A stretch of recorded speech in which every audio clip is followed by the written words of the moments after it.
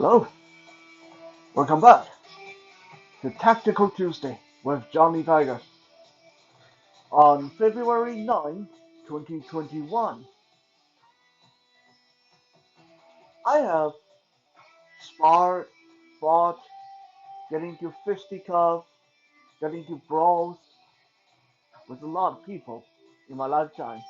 I'm not saying this to brag, I'm just saying this so it can lead into what I need to illustrate today.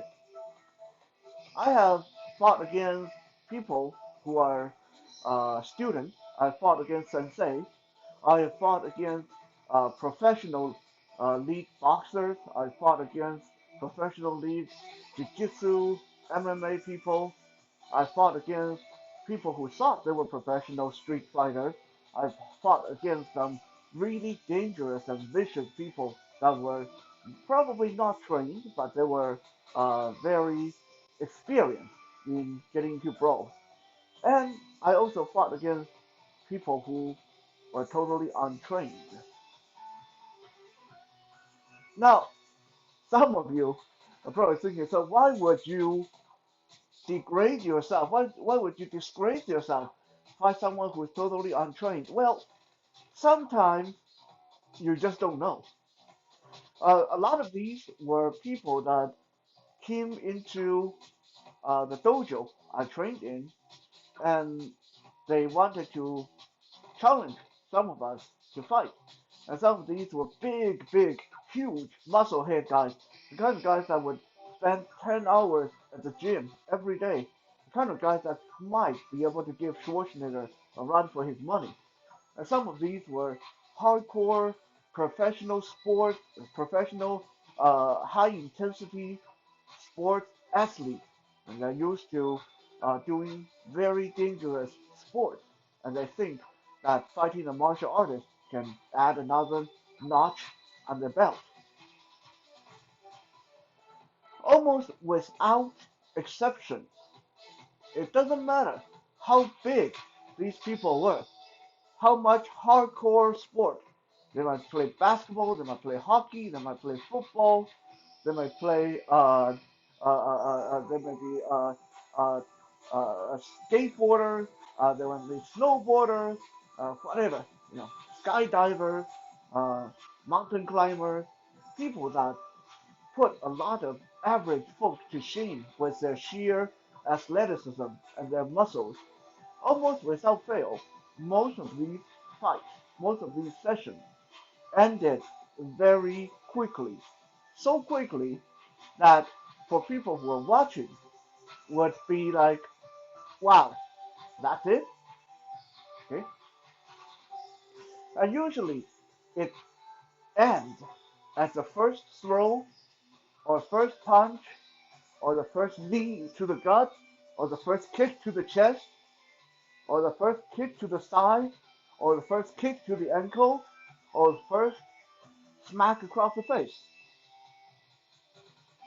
Why is that? Why is some of these people, why are some of these hardcore, supposedly professional bodybuilder, athletes, whatever you can name it, how come they suddenly seem so wimpy when you get them into a fight?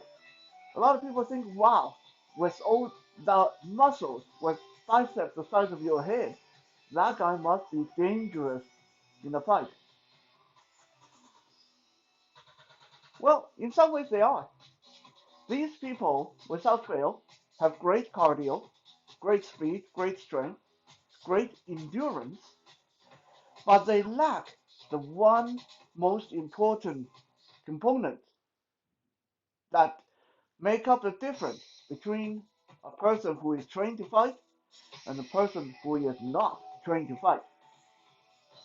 They lack the tolerance to pain. Now, some of you say, well, that's not right because football players, they run into each other all the time and yada, yada, yada. Basketball players, they have to get hit by the ball. And, soccer players, they get really rough. Hockey players, they fight all the time. But you got to remember, when they fight, it's very um, controlled, almost scripted. There are only so many things they can do to each other. Otherwise, they get penalized. and also they wear a lot of body armor. So a lot of the time, what you see as them being really rough on each other, they still get hurt. Don't get me wrong, it's really dangerous. But a lot of that is blunt force impact through layers of padding, right? That is not the same as someone throwing a punch and connecting to your face with nothing but maybe half an inch of boxing glove in between your face and your fist. That feels very, very different. Also, when you're doing extreme sports, if you fall down, if you run into someone, someone runs into you and you fall down, most of the time that punishment stops. Okay? Most of the time. I mean, in football, sometimes the person can really get punished. In hockey, sometimes the person can really get punished. But again, most of that is through body armor and padding. In martial arts, you don't have time to stop when you're in a fight. Okay?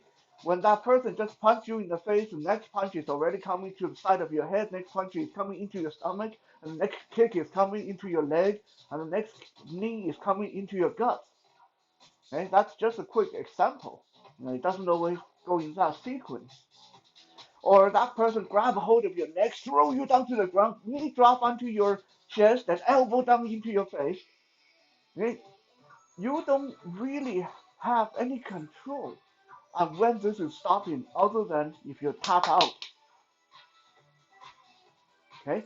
So this is why there is a very big difference in someone who is trained to do this and someone who is not trained to do this.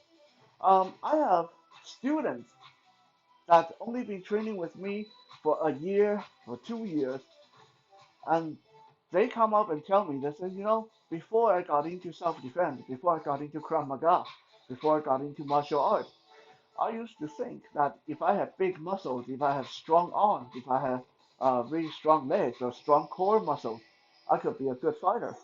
And not until I started getting into this that I realized I was missing something that most normal, untrained people would be missing. And that makes me really scared. I'm so glad I never actually got into a fight against someone who's trained before. So today we're going to talk about body conditioning. Now, body conditioning is one of those things that is very, very, very controversial in self-defense and martial arts, because a lot of times it comes across as looking like self-mutilation, self-torture. People have all kinds of things against it, and a lot of those concerns are valid because there are a lot of people who take it to extreme. And I'm going to tell you that right here and now, I'm not a big believer in over conditioning your body.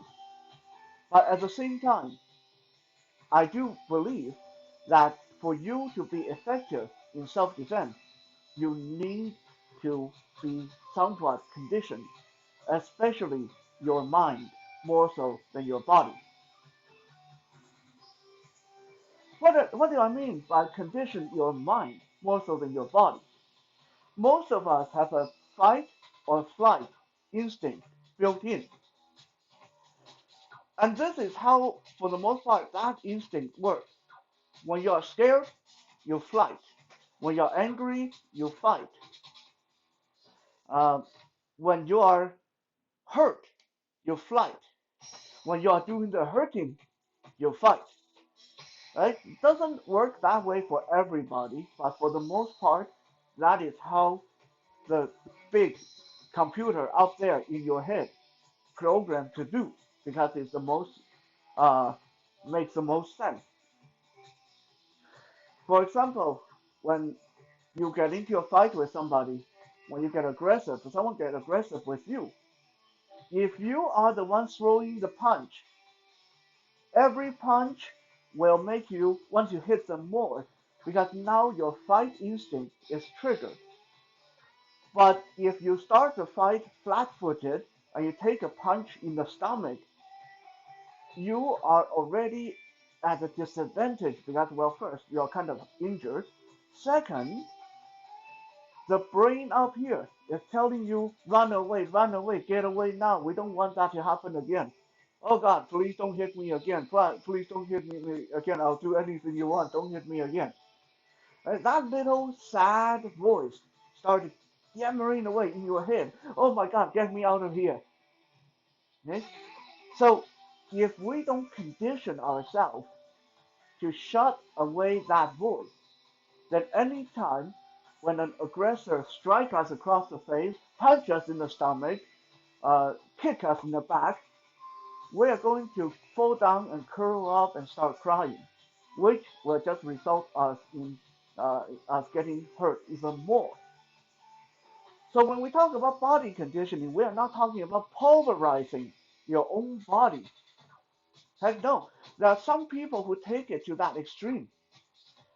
But what I need from my students is I need you to, when you feel pain, shut off that voice in your head that's telling you to quit and curl up in a ball on the floor. Because unless you can turn that off, unless you can take this pain and convert it into a reason to fight back. The more they hurt you, the more you fight back. They hit you once, you hit them twice. They kick you once, you kick them twice to stop their growing in. Okay? Unless you can convert this into that kind of aggressive output, then any kind of self-defense you're going to learn will be pretty much pointless. I'm further going to say that if no matter what martial art or self-defense, no matter what self-defense style you're taking, if you have been taking it for a year and you still have not done what I'm going to be showing you tonight, if you still have, I'm not saying you have to do it to my level, but I'm saying if you still have not been told that you need to condition your body, then you probably should find a new self-defense system because they are taking your money and not giving you what your money is worth.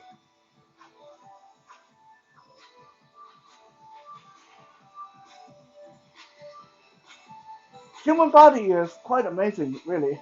We can get used to drugs, we can get used to alcohol, we can get used to cigarettes.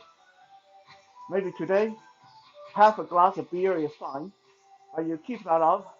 2 weeks later, you need a whole glass of beer. And a month later, you need two glasses of beer. And so on and so on. Your body simply takes on more and more. Your system gets used to. And this is very similar, exactly the same science behind conditioning our body. Okay? Let's say I take this rolling pin. Okay? Again, I do not promote actually harming yourself, actually pulverizing your ribs, but we need a moderate amount of body conditioning. Let's say I take this rolling pin and boom across my belly. Okay, that's like 40% of my strength swinging this rolling pin into my belly. Does it hurt? Yeah, it does. Does it make me want to quit? No. Huh? I can stand here and keep this up for quite a bit while I talk. Huh? But it hurts. It definitely hurt. I'm not going to tell you. I'm not going to stand here and tell you that you keep doing it and it won't hurt anymore. It hurts every time. But it disconnects the message between belly and head. Now, the belly sends the message to the head. Ow, that hurt. The head ignores it. As opposed to maybe 20 years ago when I first started. If someone swings this into my belly, I'm like, ow, ow, don't do that, don't hit that spot anymore, ow. Okay, and my brain send a signal back to the rest of me. Please don't let that happen again. Okay? It's that message we want to discourage. Okay?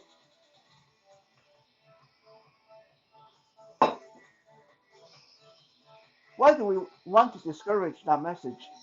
Well, as I already mentioned, because I don't want you to start curling up and start forgetting your self-defense, forgetting to fight the moment you get hurt.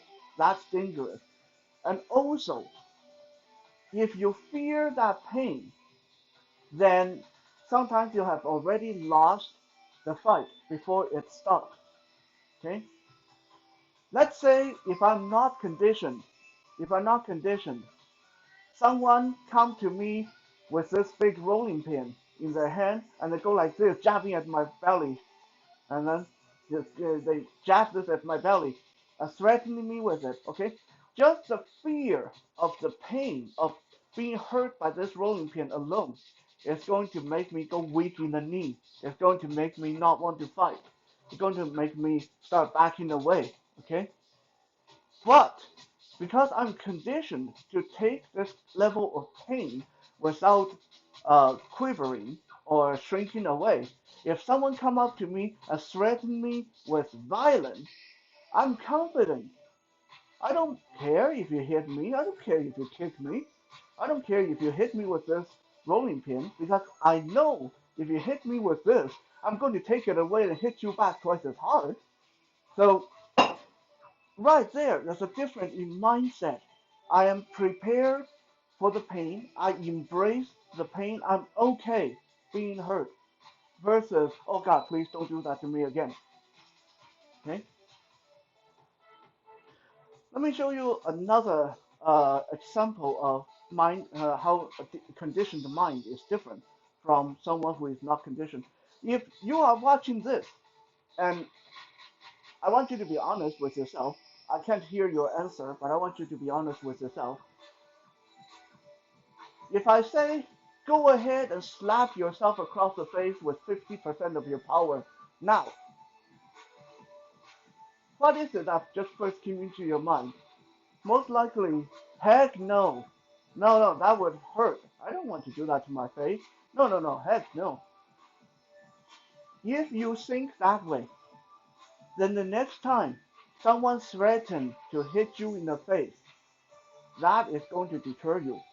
Okay? Now, someone like me, right? I'm used to doing this kind of stuff. I'm used to pain. I'm used to being hit. You tell me to slap myself across the face 50% of my power. Well, I'm not going to do it for no reason. But if I have to do it to show you something, yeah, do it. No hesitation. Yeah, no hesitation. Tell me to punch myself on the chin 50% of my power.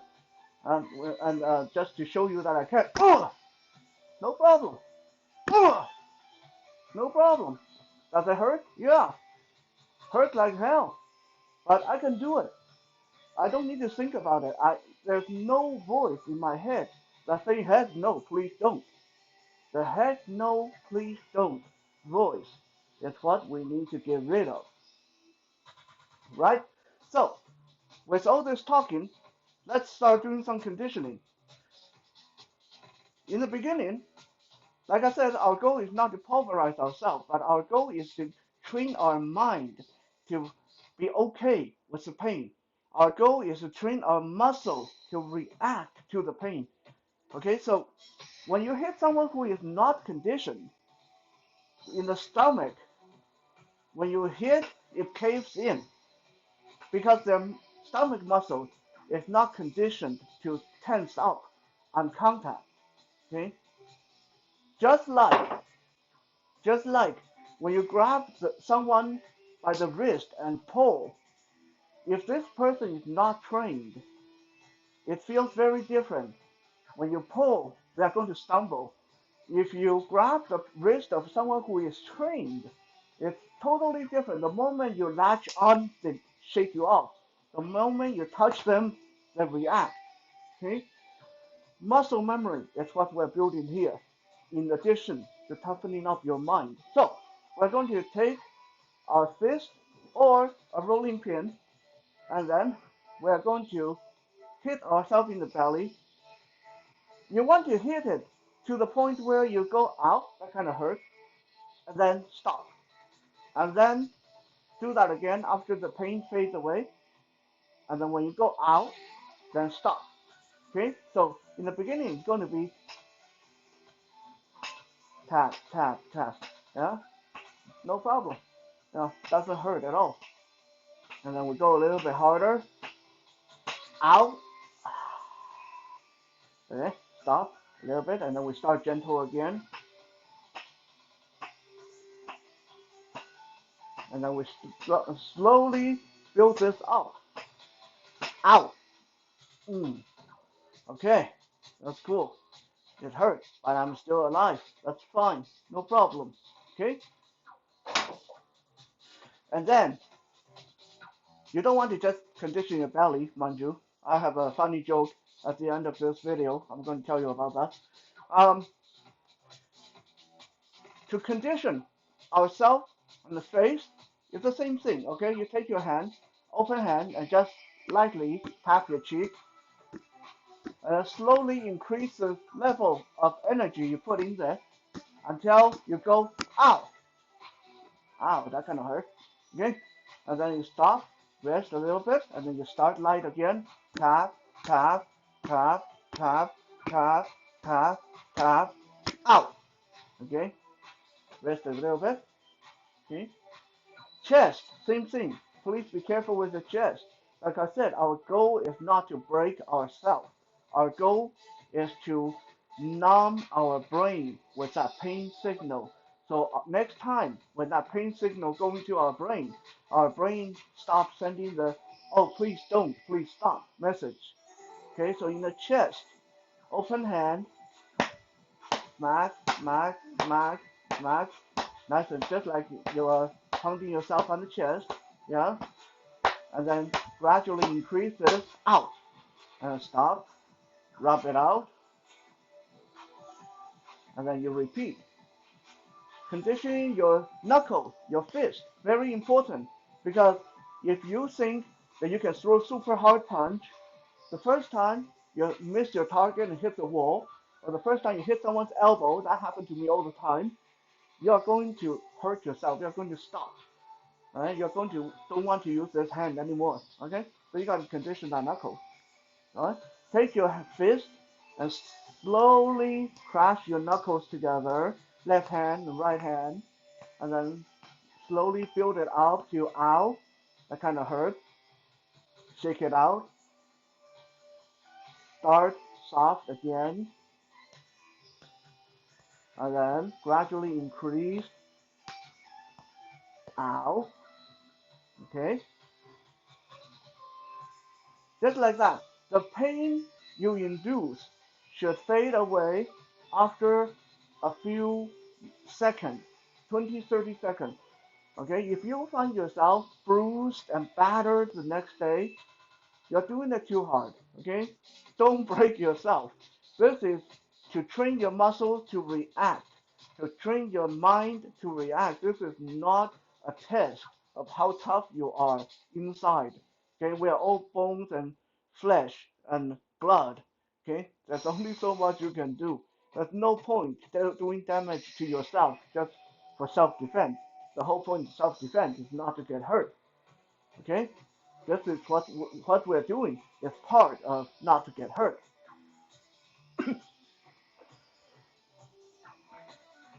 Conditioning your forearm. Okay, take your forearm, pretending you want to karate chop your left forearm with the bottom of your right forearm. So that you're hitting the top of your left forearm with the bottom of your right forearm. Again, sorry. Again, start slow. Tap, tap, tap, tap, tap, tap, and start increasing and out. Okay, shake it out. Now switch arm, left arm hitting right arm from the top, arm bone to arm bone, slow, nice and easy, nice and easy. Alright, and when you're comfortable, start increasing this out. Okay, condition your elbow. Okay, take your elbow, stick out one elbow and take your knuckle and just tap on this elbow. Okay, ow. I don't know if that's actually conditioning my elbow. I feel like I was conditioning my knuckle. But anyway, you can use a rolling pin, but I recommend you wear long sleeve, padded jacket when you do this. Right? Kids, don't do this at home. Tapping on the elbow with this. Ow. Shake it out. Okay. You can condition your shin using this too. Ow. Okay. Gonna hurt? That's okay. Take a break. Conditioning the other shin with the rolling pin. Start light. Tap, tap, tap, tap, tap, tap. Ow. Okay. Shake it off. Shake it off. Okay. I recommend people do this at least once a day. You don't need to do the whole face, chest, stomach, knuckle, whatever, but you can pick one to condition once a day. Maybe you do knuckles today, you do belly tomorrow, and you don't need to put a lot of time into this. Just 5 minutes. Okay, 5 minutes of taking a rolling pin or whatever. You can use your fist if you want, or take a boot, a shoe, something. 5 minutes. Just go from light to just past the point of ow, ow. Okay, rest, rest, rub the spot that's sore. Okay, and then we start again. Tap, tap, tap, tap, tap, tap, tap. Ow. Okay, rub it out.